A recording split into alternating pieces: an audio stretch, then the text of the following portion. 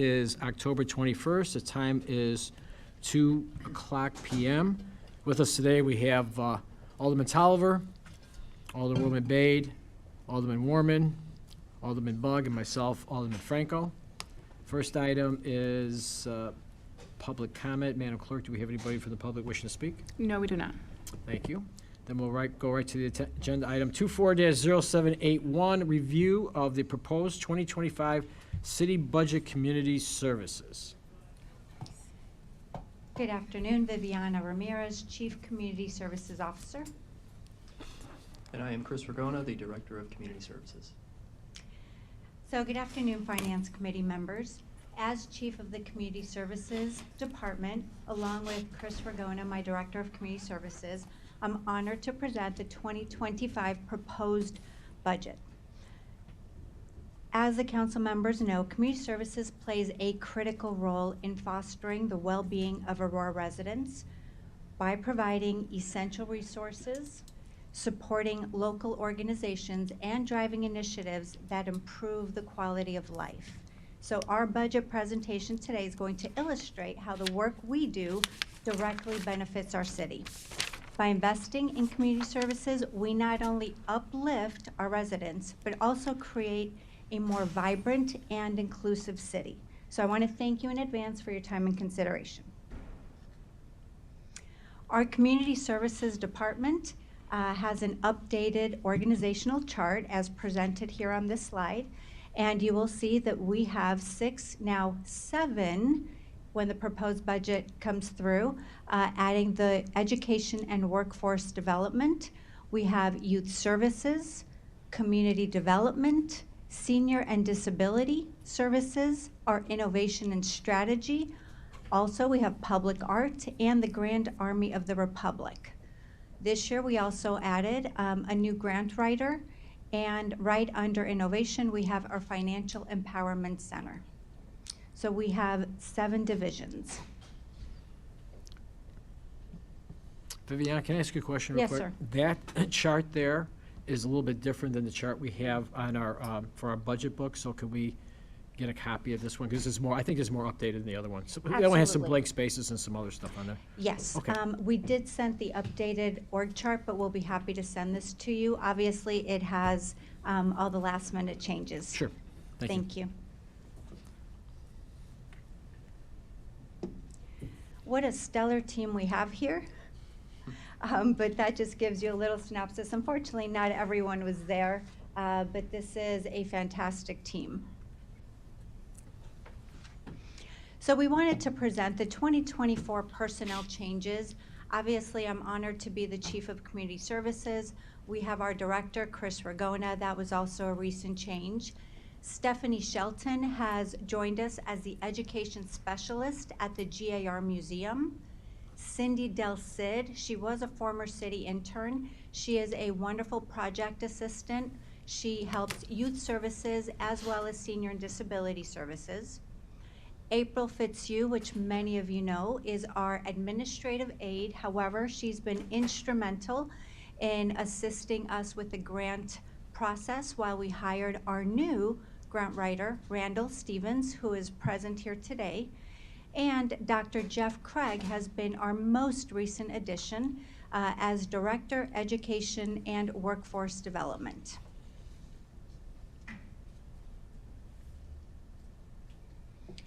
So I'd like to talk a little bit about the 2024 Community Services accomplishments. And as you know, our team, there are many that we're very proud of. Under community engagement, we had a very successful national night out. This year, we organized 27 sites, and we achieved great attendance and fostered wonderful community police relationships. Our warming center coordinated and staffed an overnight warming center for 10 nights during the winter 23-24, and we did serve an average of 20 guests per night. And something that we really took it upon ourselves and did a great job is we really expanded the number of volunteers. I think it was imperative, given the number of programs that we do and the people that we serve. We really wanted to focus on expanding our volunteer group because that really integrates our citizens with our projects. As far as funding initiatives, we have neighborhood and festival funding where we processed and awarded funding to 30 Aurora Festival applicants and supported a variety of community organizations with a total of $22,000 that we allocated. These programs really covered the gamut of different organizations and services that provided. Empowerment programs, we launched the One Aurora Neighborhood Empowerment, that's a funding initiative, funding initiative. Neighborhood Festival funding, $22,000, and we are seeking to launch the Empowerment Program. This is a One Aurora pilot program with $25,000 in funding, and we initiated a Mobile Express Consulate Services program that really, this year we just did a pilot. The Colombian Consulate was the first one, and it served about 200 residents. As far as cultural events, we are collaborating on the second annual film festival, and this year we've curated the first veteran-inspired documentary, which will be shown here at City Council Chambers with a wonderful reception to honor our veterans at the GAR. So we hope to see you all there.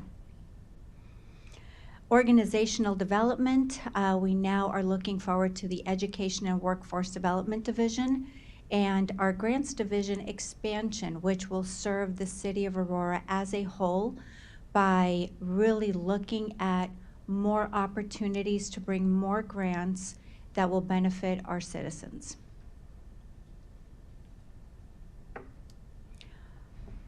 Community services budget highlights, and we just named a few. So we have $40,000 for the warming center, $150,000 in census funding, another $22,000 for festival funding, and $100,000 to supplement our well-established quality of life program. And as you can see by the pictures, our team as a whole really tries to reach out into the community to serve outreach and create the neighborliness that our city is known for. Our community services decision packages before you in 2025. We have the creation of the grant coordinator position. This position is really going to be instrumental in helping our grant writer identify and pursue grant opportunities that are going to assist in reporting and compliance. That's going to increase the number of grants that we apply for. And this year we also have a grant management software that we are set to launch, and so that coordinator position will work hand in hand with the different, not just our grant writer, but the different departments.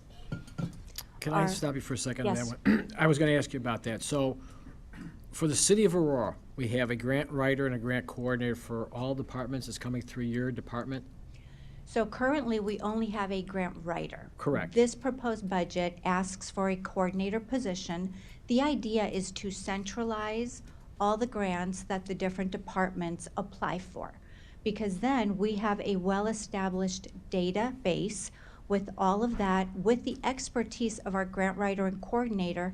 We hope to work with, for example, fire and APD have a grant writer. But what we've seen, and data and evidence has shown, that had we run some of those grants in the past, we would have been more successful in getting certain grants or getting the amount awarded. Chris Minnick? Chris Minnick, Chief Financial Officer and City Treasurer, and also centralizing the grant process and the grant writing process also allows for a more efficient means of administration of those grants. Many of them have quarterly reporting requirements, and we have to report on the activities on a periodic basis. Having that all centralized makes that a lot more efficient and helps us to be able to comply with all of those administrative requirements as well. So public safety has a grant writer, but we're going to work with that person. Is this how that's going to work? I'm sorry, repeat. Public safety has a grant writer? They Fire- have a contract grant writer, All right, yes. so we're going to continue with that and work with that person as with ours. Engineering does not have a grant writer, so you're going to take care of that. I mean, just trying to figure out how this is going to work out, because I was kind of questioning why we needed two, but if we're doing it for the whole city, then it's understandable because that's a lot of volume. Well, absolutely. And what we found last year specifically is that although our departments do a good job of identifying possible grants, sometimes their expertise does not rise to the level of our grant writers. Sure. So what we'd like to do is make sure that our grant writer collaborates. If they identify a grant, we're going to make sure that that grant application is put in to maximize our possibility of being awarded that grant. Okay. And I can tell you just from the experience last year, Alderman Franco, it is a very nuanced, detailed process, internal and external, inbound and outbound. And honestly, having that grant writer with a coordinator is really going to make us much more effective in representing all of our departments. Okay, all right. I just want to clarify where we're at with, how we work with other departments and the complexities or lack thereof. Okay, thank you. Alderman Bug, do you have a question about this also? I do. Thank you for bringing up this topic. It's very, very important. Would you say that there were grants that we possibly did not meet the deadlines because we did not have I understand the grant coordinators, they're going to do exactly that, coordinate and make sure we're hands-on with everything. We see everything coming from many different places and put it in the pipeline and then get it to the grant writer and get all the information. But would you say that there were some grants that just because we didn't have enough people working on it, that we possibly missed out on the last couple of years? So your question kind of had two components. The first is, I think you originally asked if we perhaps missed some deadlines. And so I'd like to address that one first. We had a very efficient grant writer that left the city, but one of the things that she did was she vetted those grant opportunities prior to submitting applications. So I think we were very thorough in submitting them timely, because obviously the grant applications have a deadline. But the second part, as I understand your question, is once we are awarded, we have reporting and compliance deadlines that attach. And so that is something that I think we could definitely use another set of eyes to make sure that our compliance and reporting stays up to date. Okay. And just the sheer volume of grants for a city our size. And it's understandable. I mean, I might even, say, why are we not putting on another full-time grant writer? Because they come from, local, county, they come from the state, they come from the Fed, and then they come from the Fed departments. So it's a lot of information to track. But I definitely applaud a coordinator and if it warrants later on to put on another full-time writer, I would probably be in support of that. Thank you, Alderman Bug. And I just want to follow up with one thing based on what you said, is when we did a comparison study of other cities, half our size, they actually have a more robust grant team. And this is what led us to explore, how can we better become more efficient and actually maximize, as you said, the grants that we're applying for and really be as competitive as possible. Thank you. I'd like to move on to the Mobile Consulate Services Program. This was something that this year came as a result of really trying to understand how do we serve our residents better and thinking outside the box. It's a small amount with a very great return possibility. Because as many of you know, going downtown to Chicago to a consulate office for many of our residents has a lot of possible impediments between missing work, drive time, parking, and all of the steps. So by inviting the different consulate offices here, we are able to serve our residents, and really this is going to save them time and remove or hopefully address a lot of financial and legal barriers that are presented when they have to travel. And finally, our temporary warming center. This is a DP for $14,000 where we are seeking to supplement and find a community partner. We do have an RFP currently, and we're in the review process to find a community partner that will run our warming center and provide the respite for, from the cold that our citizens, our Aurora residents deserve. And really, it will make us much more efficient and go with the national best practices of a warming center that will provide these necessary services. Viviana, did we skip the One Aurora neighborhood? Is that what you had on that last slide? Where did we go? Oh, other button, go back. Keep going back, keep going. There we go. Oh, thank you, Alderman. So yes, the One Aurora Neighborhood Empowerment Plan. So this is the vision behind this one. Community services, really one of the underlying things that we've tried to do is bring that sense of community back into our neighborhoods. That's when we started community engagement and the family festivals.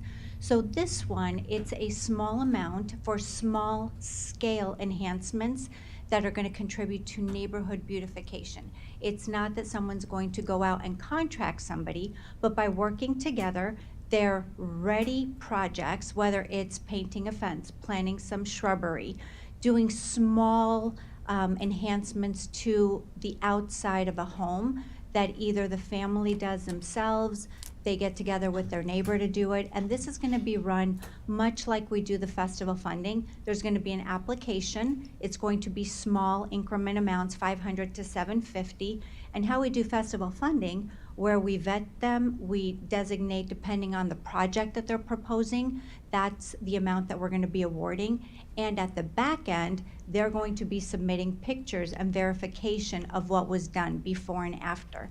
And so this is a pilot program just for this year. We're going to see how it goes. And the thought process is that it is small scale, but hopefully it catches on, and then maybe next year we'll be in a position to readdress and ask for a little bit more money. So this is not for labor because we're not providing labor, they're providing the labor. This is for Correct. supplies. Correct. And they're going to request the money for what they're doing. We're going to give them the money, and we hope they do it. Well, it's going to be a before and after picture, Okay. and much like festival Okay. funding, where they have to actually fill out a 3-page questionnaire that really will let us know if these are small-scale ready projects. And, we're going to, the introduction is going to say, this is not for labor, you're not going to contract and pay.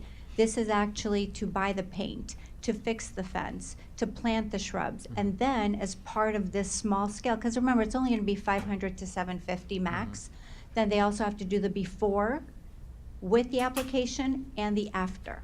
And then we'll be tracking those. Okay. I'm just, when we do, and I try to simulate this to a grant program where I give out money for beautification, for example, but it's basically paying them after they've done the project, so I don't give them money up front. Show us the invoice, show us what's been done, and here's your money. So I didn't know the exact timing of that and how the sequence of events would come out, which is always a little bit of a concern, making sure they get it done, don't give them $500 and don't get anything done type of thing. Well, and I think also the requirements will be tied with the application processes to seasonally appropriate projects.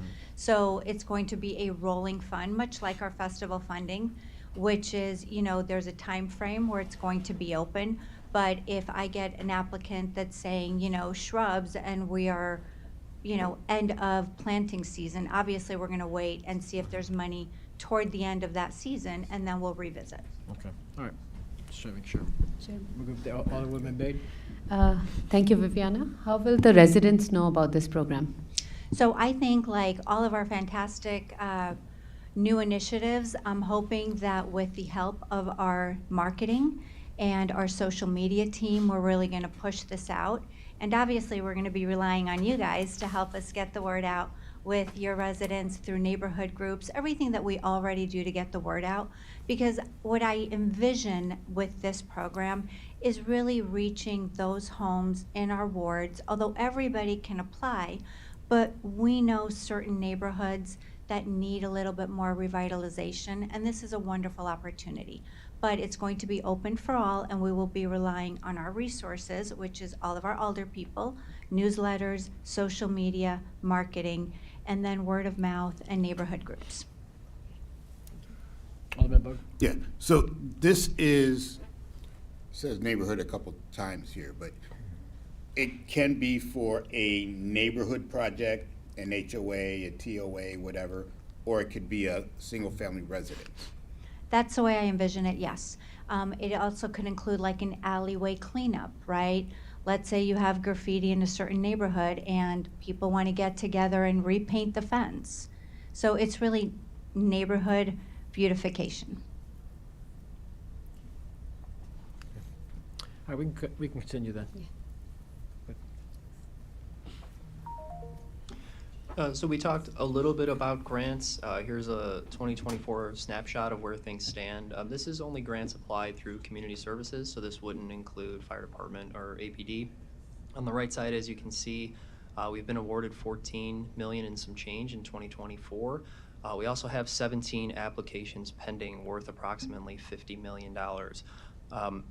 We mentioned we are looking to hire a grant coordinator, and I think it's important because these are the applications that we've received and are pending, but there are lots of other applications that through preliminary vetting, we look to see how competitive we're going to be, how the deadlines match up, what our capacity is, and our likelihood of receiving that grant. Over the last 3 or 4 years, the number of federal and state grants available has significantly increased because of the various CARES Act, American Rescue Plan, all of those different things that keep coming out, as well as all of the dollars that the state has received. So we're going to expect to see that over the next several years as additional dollars are released. As far as significant awards go, these are our biggest ones. We just received the Community Development Block Grant, Urban Shelter Grants for Mutual Ground and Hesed House. For the rebuild downtowns on Main Street, that is going to be for Broadway. We have our Garfield Park improvements for $600,000. These are the large ones, but our grant writer will apply for grants as little as $5,000, specifically for our public art or military museum, if it makes sense, if we have that capacity and we're going to be competitive. Additionally, we are still in the process of implementing our grant management software. So this is going to be for inbound grants as well as outbound grants. So think about our CDBG and quality of life grants. I think we're really going to see some increased efficiency both at the city level as well as our partners. Currently for 2025, the application round, we were using paper applications. I think that will greatly increase our efficiency to review the applications and for our partners to meet the minimum requirements. It'll also decrease some minor snafus when people have issues emailing, attaching large files, or just the things that go with completing a paper application. So we're really excited about that.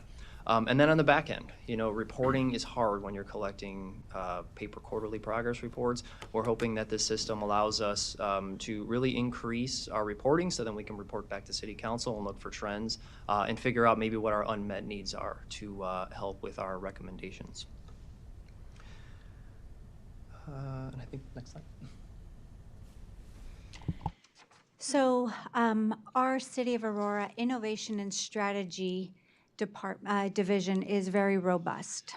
This year, Community Engagement and International Relations, Innovation established a sister city commission and initiated relationships with international cities. Also engaged with Riverlight FC to bring a pre-professional soccer to Aurora. And if anybody attended some of those games, really wonderful opportunity that our Director of Innovation brought. For financial empowerment initiatives, obviously, you guys are familiar, but we did announce Aurora's Promise Children's Savings Account Program, which is going to be a fantastic opportunity for all children in kindergarten in Aurora to be part of that program. Also, formalized partnerships and embedded financial counseling services and secured funding for the FEC.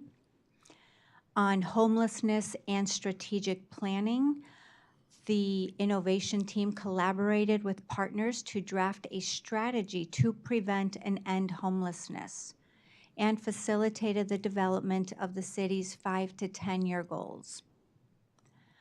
On FEC performance and expansion, this team also established new integration partnerships and increased awareness through improved social media engagement, and projected to serve 608 clients, reduce debt by over $840,000, and increased savings by over $240,000 by the end of 2024. Can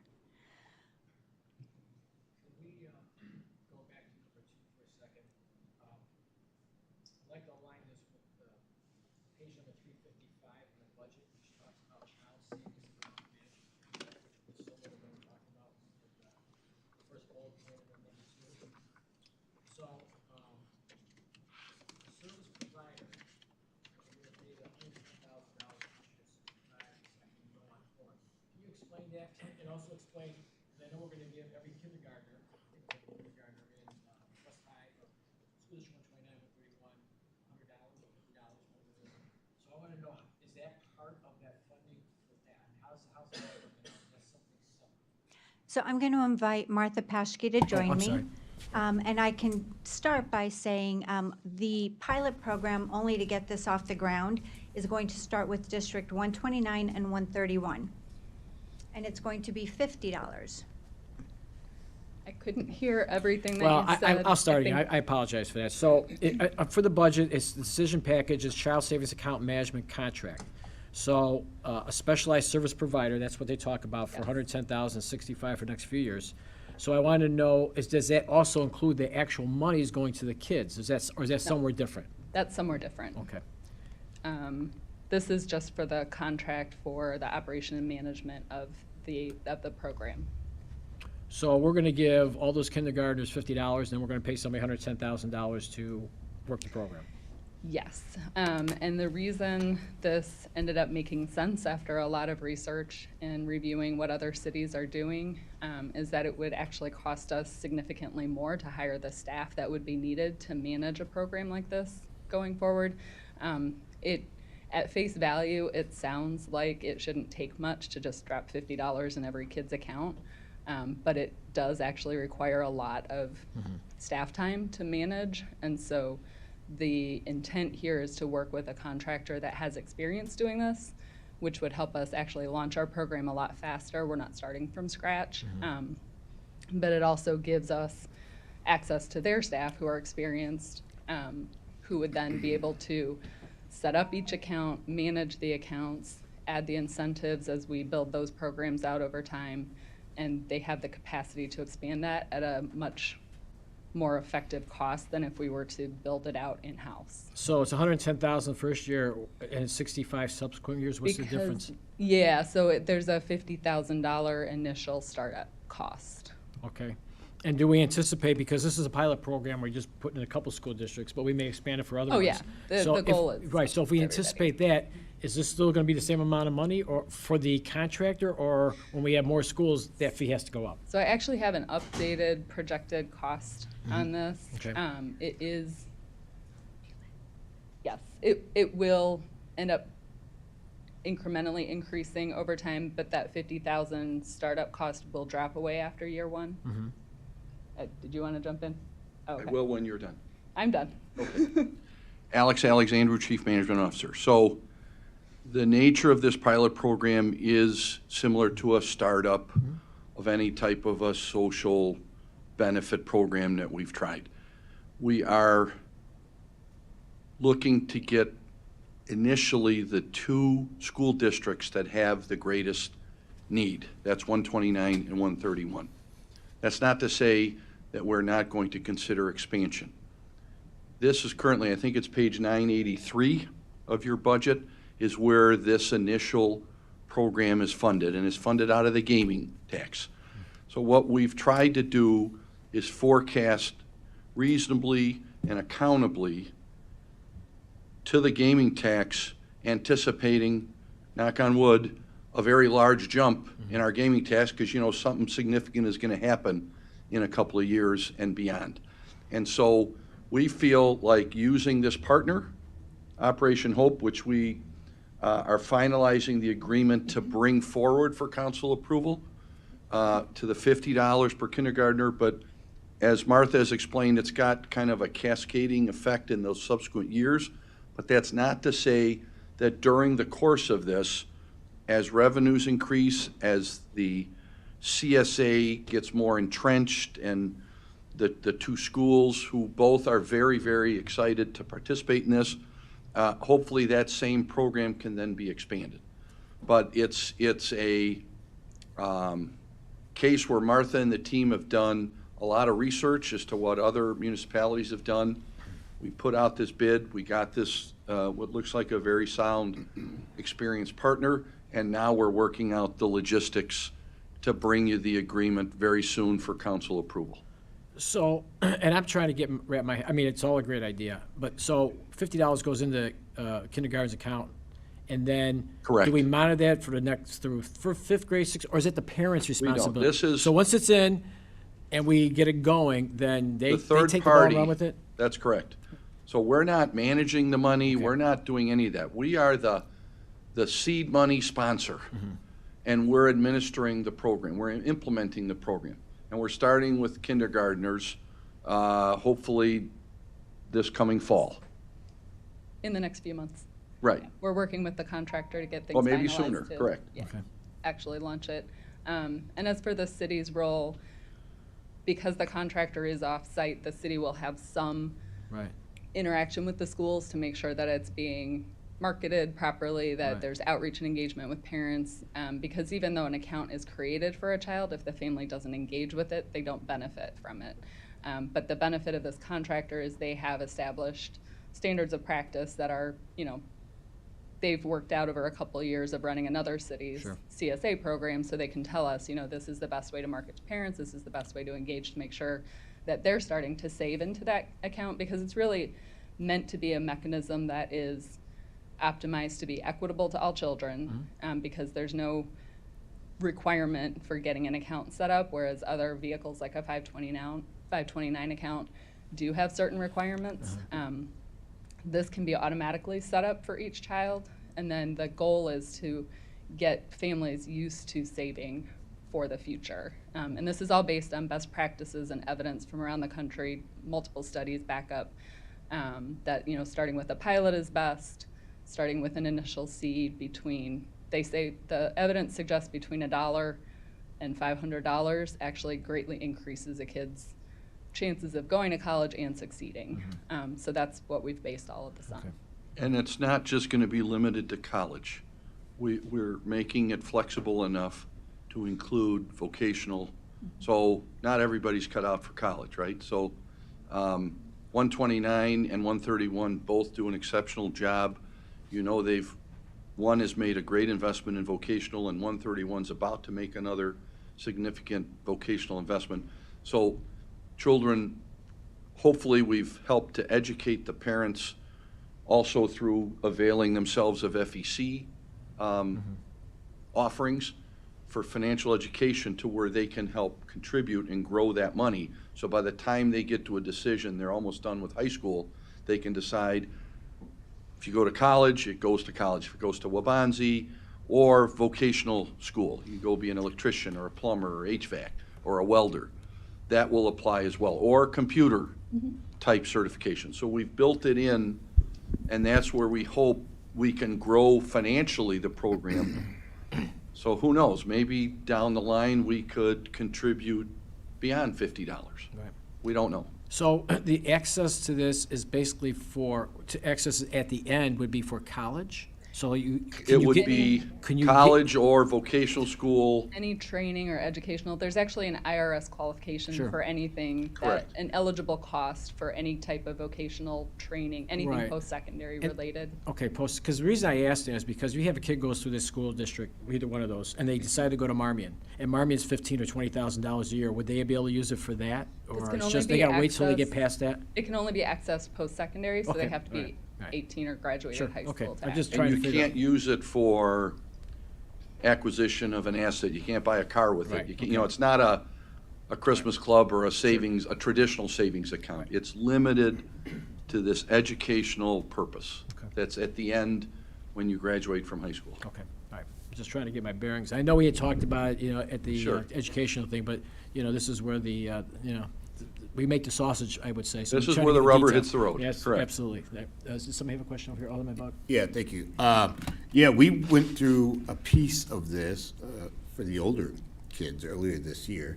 So my question is, starting with 129 and 131, some of those kindergartners are not Aurora residents. How does that play out? So it is limited to Aurora residents. The Within way the that this district. works, right, within each school district. The way that it works is, and the reason the pilot makes sense, is that the city and the contractor have to create a data sharing agreement with each school district that participates. So creating those data sharing agreements with all 6 of our school districts at once would be very cumbersome and overwhelming for a startup. So we decided to start with the 2 districts that serve a majority of Aurora students and the majority of students in need in Aurora. And so we would have to create a data sharing agreement. We would get the enrollment information, so the basic student enrollment information, and then we would review that for residency in the city and pass that on to our contracted partner.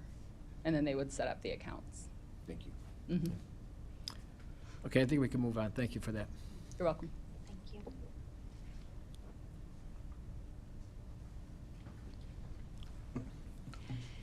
So continuing on to the 2025 goals and budget highlights for innovation and strategy. The goal in 2025 is establish at least one formal sister city relationship with an international city, partner with local businesses, community organizations, and hospitals to secure sustained funding for the Financial Empowerment Center, and implement short-term action steps associated with the City of Aurora's strategy to prevent and end homelessness. Our budget highlights include $283,000 Financial Empowerment Center contract, the $110,000 previously mentioned for the Child Savings Account, and $14,000 for the sister cities, and that will cover the establishment of operational costs.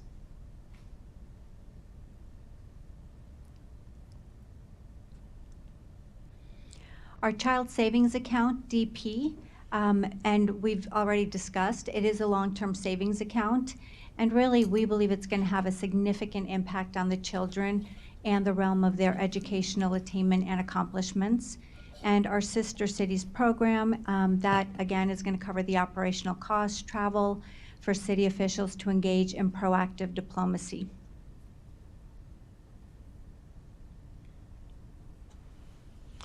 Moving forward to community development, our primary goal is to administer the city's federal funds consisting of community development block grant as well as home investment partnerships program, which is typically for affordable housing projects. Additionally, we have our quality of life program, which is funded through the city's gaming tax. So when you put all those together, in 2024, we administered approximately $4.1 million. If you take the quality of life, CDBG, and our home investment partnerships program, we had 56 individual projects running simultaneously, which I think is the largest that the city has ever administered at one time. For our quality of life program, we've kept the requirements extremely broad.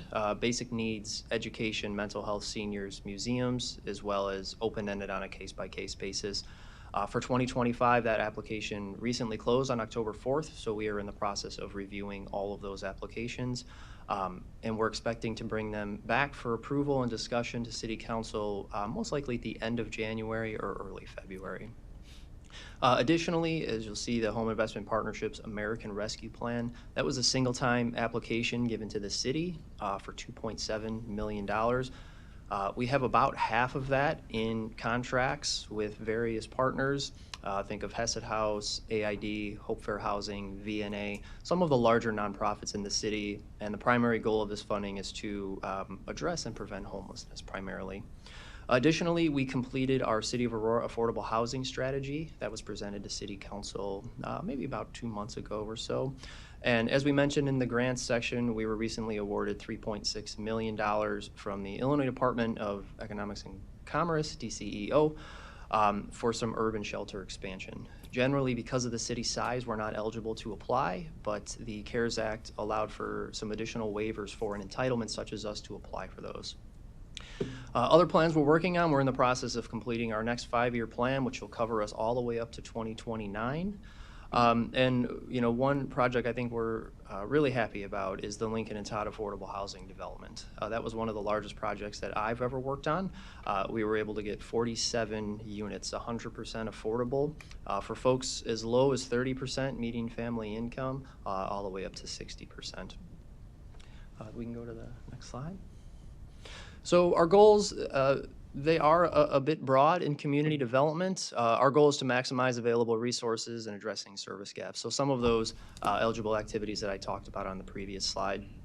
And then also prioritize our funding based on needs. So we have a mix of city funds, a mix of federal funds that we normally get annually, and then some single-time allocations. So our goal is to try and braid all of those, each which have different requirements, eligibility standards, and then apply them to the various applications that we receive.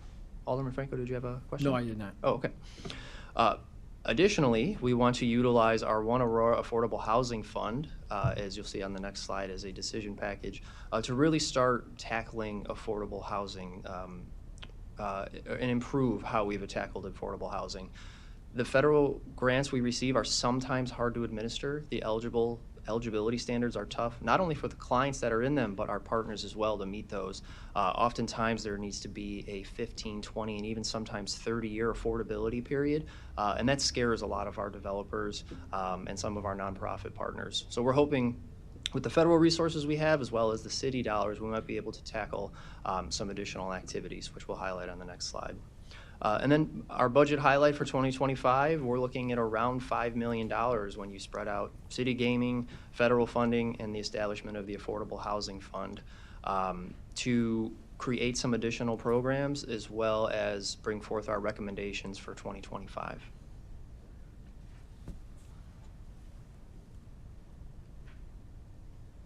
So our only decision package for community development, as you can see, is the establishment of the One Aurora Affordable Housing Fund. Our goal is to take the recommendations received in the Affordable Housing Plan, the unmet needs established in our 5-year plan from 2025 to 2029, and take a look at the 83 applications that we received by the October 4th deadline, to try and bring forth some really robust recommendations. I think this is the most amount of applications we've ever received, so the vetting process you know, is going to be pretty detailed here. Additionally, for any unmet need that we receive, we really want to look into those 9 priorities that we established in our affordable housing plan and create or enhance new programs. So just for example, the city does have a very small down payment assistance program, which can provide up to $5,000. Through the use of our affordable housing fund, which is city funded, as well as our federal resources, we might be able to enhance that. Additionally, because of the restrictions of the federal requirements, we might be able to expand the amount of folks that we can assist. So just for example, for our down payment assistance, if we were to use federal resources, a family of 4 earning $90,000 would be right at the max. In some of our research in the plan, we found that there are folks who are slightly above that, even all the way up to 120% of the median family income, that struggle to kind of take that next step. So we hope if they can move on to their next step, that'll free up some additional housing for some of the folks that are below the 80% mark. So our hope is at the end of January or early February, we'll be bringing forth somewhere between maybe 50 to 55 recommendations for our nonprofit partners, as well as outlining how we are going to allocate the $500,000 in the Affordable Housing Fund. And we'll continue to do that over the next several years. So moving forward to public art, I'd say the biggest accomplishment was hosting our inaugural Luminora Light Festival. I'm not sure if any of you had a chance to come out on October 11th, 12th, or 13th, but it was great to see a year of planning come through. My kids were able to attend, and it was certainly a lot of fun. And we'll talk about that a little bit on the next couple of slides. Additionally, Public Art Gallery hosted 5 gallery exhibits as well as 10 indoor events. 2 highlights on that were the Faces of Homelessness gallery exhibit. So that was a curated piece where they highlighted folks who were homeless across the country and told their stories through photography. Additionally, there was a panel at the end of that, which had representatives from Hesed House, our own innovation department, as well as the curator of that exhibit. We hosted the 4th annual Bomb the Lot outdoor event. So that was the street art festival that took place on October 4th, I believe. And those are temporary murals. So every year we go back and then we repaint those. And that is just by the West Suburban Bank parking lot off of Lake Street. And then 7 new arts installations. So if you've had a chance to go over to Sculpture Park, we had 5 new sculptures that were installed by world-renowned sculpturist Edra Soto from Puerto Rico. And then we had some local artists who created the, let me get the name right, Aurora in Bloom. So those were recently lit up and look very nicely, or look very nice at night. If we can go to the next slide. So the 2025 budget highlights, there is an additional $50,000 for additional outdoor murals. Our Director of Public Art, Jen Byrne, will be putting together a list of possible sites and themes so we can hopefully add on to our great collection of outdoor murals. And then $24,000 for gallery exhibits. So just sort of the day-to-day operations of running the gallery. Just a couple of highlights on here. The picture to your right is the Bomb the Lot. The picture on your bottom right is the Sonic Runway from Luminora. And then the music-themed Leland Bluebird mural is on your bottom left. So that's right by Mundy Park. And then right in the middle there is Jen Byrne, who had her own piece at the Shingote Museum. So we can go to the next slide. What about the wonderful hard hats? And then we have the hard hats on the top left. That was through a partnership with Metra. So earlier this summer, we were able to work with Metra at a no-cost partnership where we decorated 2 of their cars to coincide with the Luminora Fest. And they also provided some substantial marketing for our Luminora event. So here it is, the Luminora Light Festival. It's going to be our 2025 decision package. This was our inaugural event, so we are in the process of trying to capture the attendance and economic impact. We had a number of surveys go out, not only for the guests, but as well as the vendors. We're looking at some geofencing data as well, and just trying to capture as much data as we can. Things like beer sales, there's various things that we're putting together to put some sort of comprehensive report together. I'm glad you mentioned that, because I was going to ask that if there was going to be a post-event analysis of what the benefit was to the local businesses. Do we have a spike in restaurant sales, liquor sales, shopping in the area? Because, for $500,000, we're bringing people down here, and it's a tourism type of thing. Typically, there's some benefit goes along with that. So if we can get that, that would be wonderful, because we really want to know what these things bring to the table. Obviously, nothing or less would be bad, but, getting close to paying for itself would be much better. So, and I knew Mr. Alexander was going to come up as soon as I talked about that. Thank you. Alex Alexandru, Chief Management Officer. So remember, we got a state grant, significant state Sure, grant. right. Jen and the team worked extremely hard at getting. There are required after-action follow-ups that we have to provide the state, and we're tracking in terms of attraction. But next year, the $500,000 is not hopefully the limit of what we're going to be doing. We're going to continue to look for grants, private funding. Sure. I think based on this year's tremendous success, we're going to get the attention of certain utilities, certain other, hopefully, supporters. So with that, we will expound on the $500,000. But there is no question, without this event taking place this year, Monday night downtown, Tuesday night downtown, especially when the Paramount and the other theaters are dark, we would not have had the incredible number of families and people and visitors, and even the folks coming out. We're getting reports of people coming out of the shows and walking through the downtown, people who are not from Aurora, many of them who are not, and they can't believe how beautiful it is. They're commenting on it. And if any of you were at the festival, 3-day festival, which all credit to Jen Byrne, it was outstanding, our staff. People were so engaged and thrilled to be downtown. It's like they discovered a downtown they didn't know existed because the art sort of bridged that divide. Especially the pool, which is my personal favorite. The staff knows it's like, I want to take that home and put it in my backyard. It's amazing. It's amazing. The magnet of kids and families and old timers like me getting on there when nobody's looking, it's amazing. So thank you for your support and kudos to our staff. This was really a game changer. Okay, thank you. Yes. Applause. Spontaneous applause. So definitely credit to Jen Byrne when she brought this idea to us. You know, on paper, it certainly doesn't pop as much as a video. So we do have one video in the presentation. So maybe Viviana can prompt that. And if I can quickly say, I was actually there for when Mr. Alexandru jumped into the pool and did the little bopping around. So he is really speaking from personal experience. Oh, I would love to see that jump on video. There's the pool that Alex mentioned.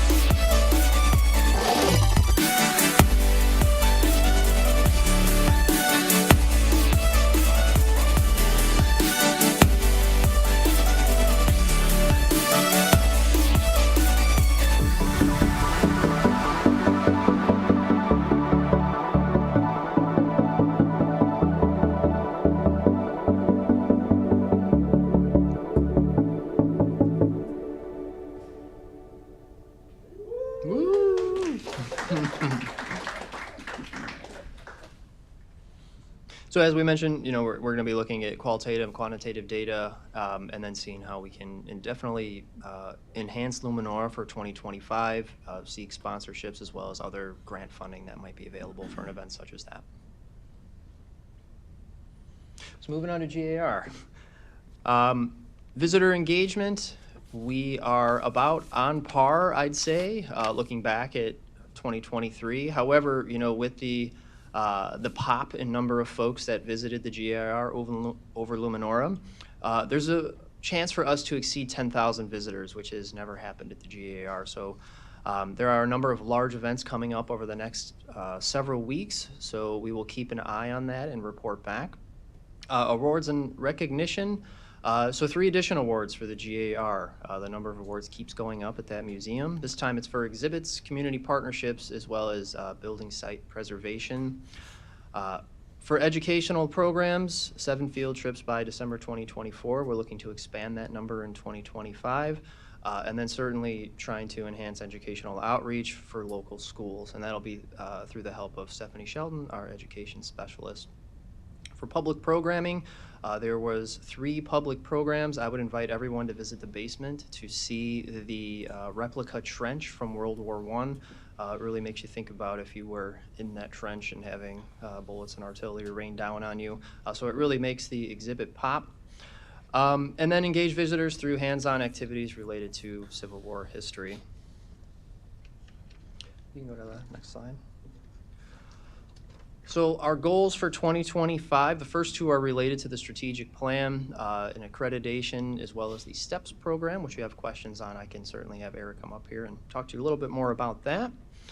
And then expand the museum's educational program offerings, and then complete our collection room relocation. So it's going to be moving to 745 Aurora. We do have some grant funding available that's going to help with that. And what this is going to do is centralize the location as well as protect it. We are going to be purchasing some additional pieces for the protection. We do have over 2,000 pieces in the collection room. So for budget highlights, I mentioned the grant for 41,000, the conservation for artifacts. So for 2024, we are taking a look at 200-year-old paintings and completely restoring them. For 2025, we're looking at I believe it's a Civil War drum that we're going to be looking to restore for new folks to enjoy. Next one. So 2 decision packages. We're looking to convert our GAR military museum assistant from part-time to full-time. What this is going to do is increase the number of museum hours. This person will also be able to assist with additional programming and assistance, and then help out our clerk's office in archiving documents as far back as 1850. And then this one, it's a small amount for $2,700. It's one of my favorite DPs. The creation of a historic vehicle fleet program. So what Mr. Pry is looking to do is to get a surplus vehicle from the federal government. We would have to pay for shipping and then maintenance after. But the idea would be to incorporate it into programming as well as showcase it in our various parades and other large public events. So we don't have a specific vehicle, but we are looking at a surplus Humvee.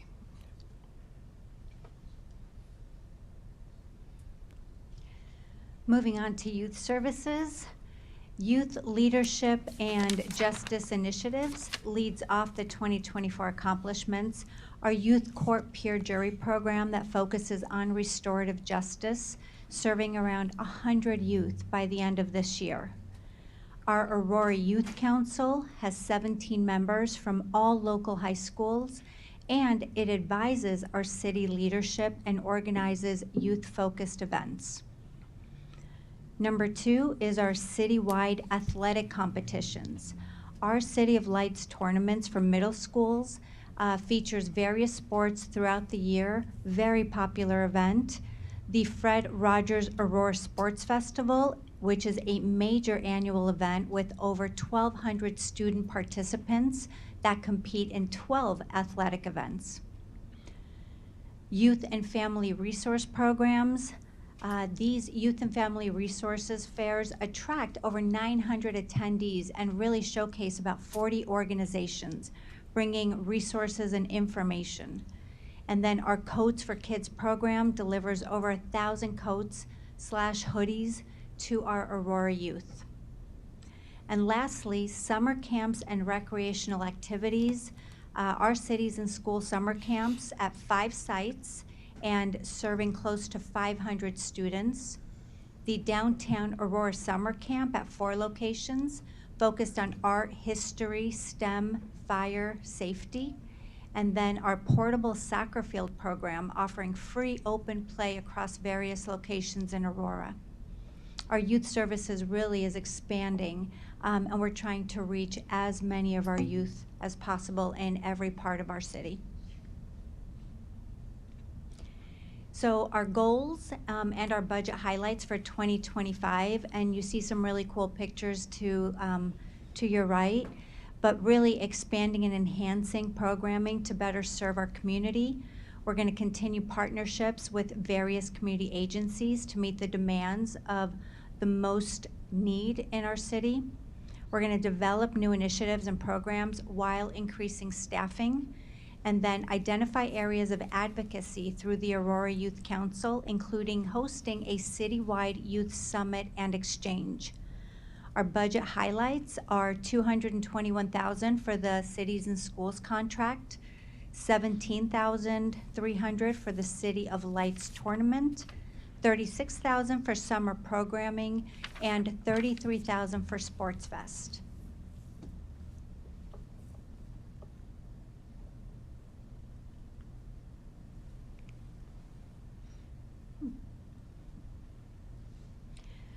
Moving on to our senior and disability services. 2024 continues to show us a lot of accomplishments for Ms. Boatwright.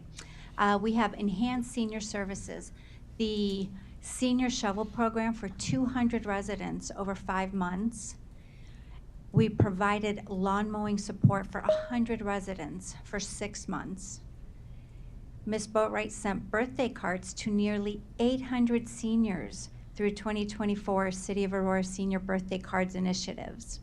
And then following the 2023 CARS pilot program success, we received additional funding to launch the first full year of the CARS program and served over 150 residents by providing more than 6,500 rides. I want to let that sink in. Number 2, community engagement and events. Collaborated with city's IT department to host a senior fraud awareness event. It attracted over 200 residents, and it was so informative and beneficial. We also organized the first deaf and hard of hearing gala for 100 residents, which was beautiful if any of you had the opportunity to attend. Also held another very, very successful senior golf scramble with 136 golfers, generating over $13,000 in revenue. And I don't remember the exact time frame, but I remember it sold out really quickly. Strategic partnership and initiatives.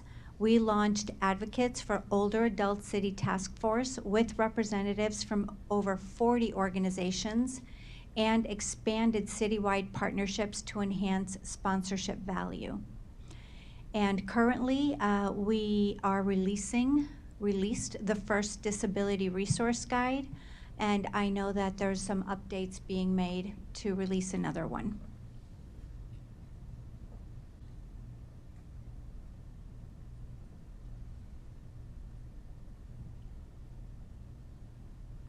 Likes to skip. 2025 goals and budget highlights. We will continue to expand access and inclusivity for youth and disability, recreational and social emotional services, activities, and programs. We're going to continue to address gaps in available, reliable, affordable transportation for seniors and individuals with disabilities by hopefully scaling that CARS program. We're going to identify and strengthen collaborative efforts around mental health strategies.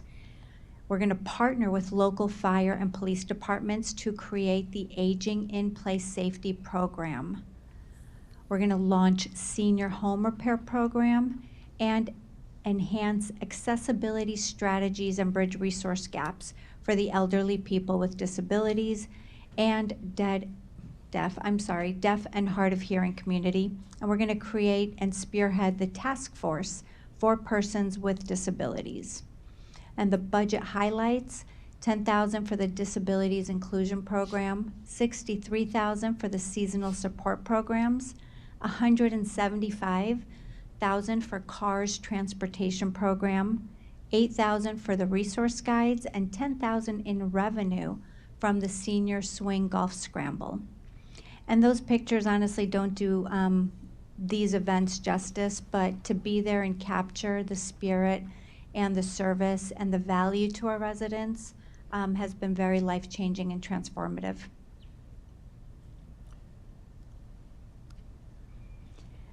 I think that picture just captures so much, but this year's DPs, the Seniors Disability Seasonal Support Program for $160,000. These programs are going to continue to grow, and hopefully, we're going to expand the participation in the programs such as the snow shovel, the lawn mowing, and the seniors and disabled households. And then our Senior Cycling Sundays pilot program. I'm particularly excited about this, but this DP is going to create a citywide opportunity for seniors to ride bikes together to reduce isolation and promote health and exercise. So the benefits for their mental health, creating relationships, I think it's beautiful. It's going to increase quality of life and really add another program that advocates on behalf of Aurora seniors. Can I stop you there? All the departments under community services do a great job. This one is kind of special, the seniors and disabilities, because a lot of them is nice enhancements and good. This is certainly a necessity for some of these programs that we see with our aging community. Katrina, thank you for doing that. Thanks to the city for developing the program. It really is. It's such a good thing that we're doing in the city. I don't know if other cities do it. I don't care because we're doing it here, but kudos to us because it really is a good thing. Our seniors have been looking for this for a while. You took the ball and ran with it, so thank you so much. It's really good stuff. Thank you. Yep. And I will say that 4 years ago when I started with the city, You know, the mayor's team, Alex, when they identified Katrina, I don't think they could have picked a better person to spearhead this because she has made an incredible program from nothing. So thank you to everybody that supported it. Very good. Carl. Alderman Bug, go ahead, sorry. Thank you. Thank you, Chairman. I echo the sentiments on this boat ride. You've done a fantastic job. And I posed a question back when we started this because I think you really looked at the way our state is made up. Senior services is supposed to be under the township and the county and not the city. So I asked the question. But yeah, we have gone far beyond, I think any of us could imagine in a short time. We haven't been doing this a long time. In a short time, we made huge strides, and I commend you. I will always echo, because youth are very close to me, I will always push. We do a good job on reaching out. We will continue to do a good job and continue to reach all of our youth, okay? Because if we're not meeting the needs of the kids who live in Aurora but go to Canelan, who live in Aurora and go to Batavia, who live in Aurora and go to Oswego, quote-unquote, schools, and 204, then we're missing the boat, okay? We know that most of the programs are centered around 129 and 131. We know that, okay? But we still have to daily make the effort, make the extra effort. A kid in Canelan, the Aurora resident, should feel just as important as a kid in those other two school districts. And we need to be making those efforts. So I leave it there. Thank you, Alderman Bug, and we agree with you.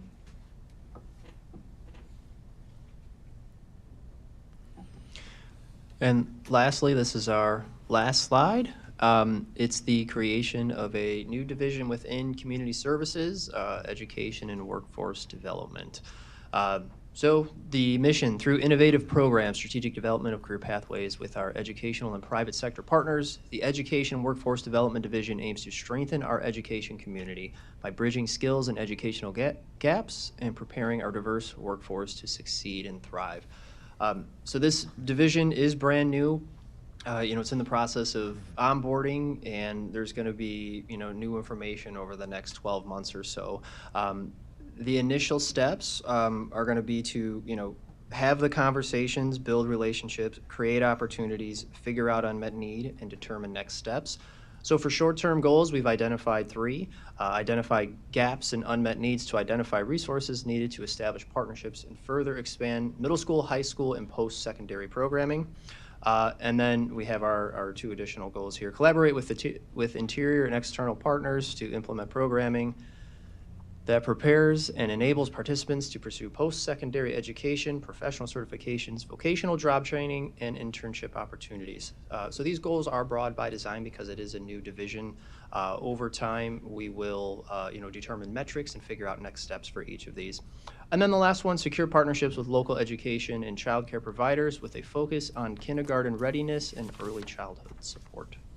So more information to report back on that division. And with that, that is our Community Services 2025 proposed budget. I think on behalf of Viviana, I do want to thank everybody in our Community Services team, made up of 25 full-time, part-time, and contractors. They do the heavy lifting on this, so I really do want to thank everybody for being here. Yep. So I will open up the committee for questions. We'll start with Alderwoman Bade. I had a quick question about the bikes program for seniors. So it'll be one Sunday, July, August, and September. And if the weather is good, it can be extended to May, June, October. You're really pushing it. Thank you, Katrina. Thank you for course, doing of amazing course. programs for the city. Thank you.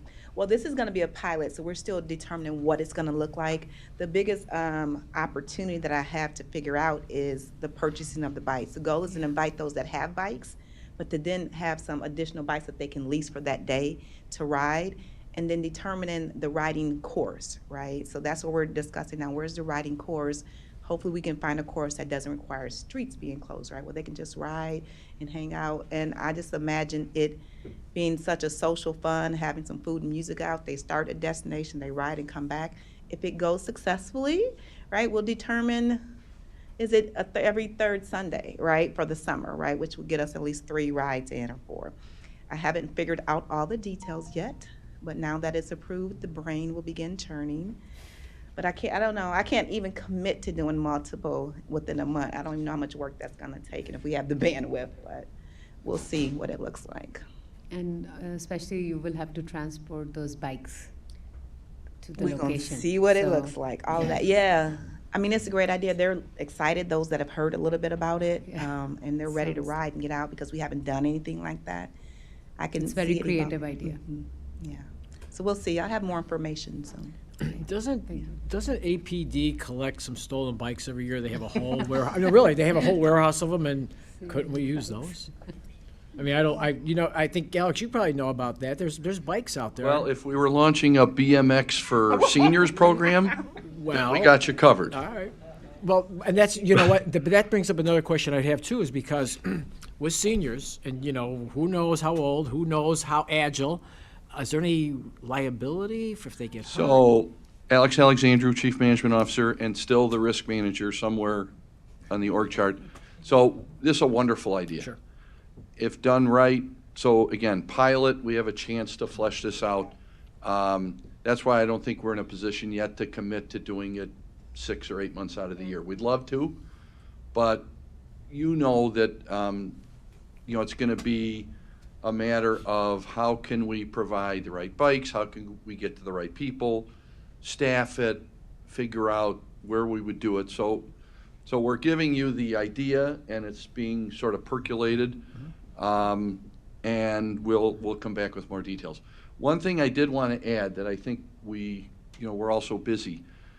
We hope before the end of the year, the city will receive the van from HelloFresh.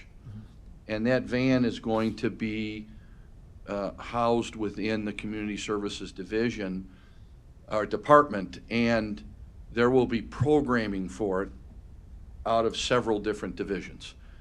Katrina's division, Simon's division.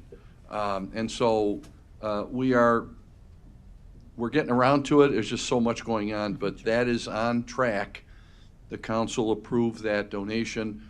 We're meeting with a number of the food pantries.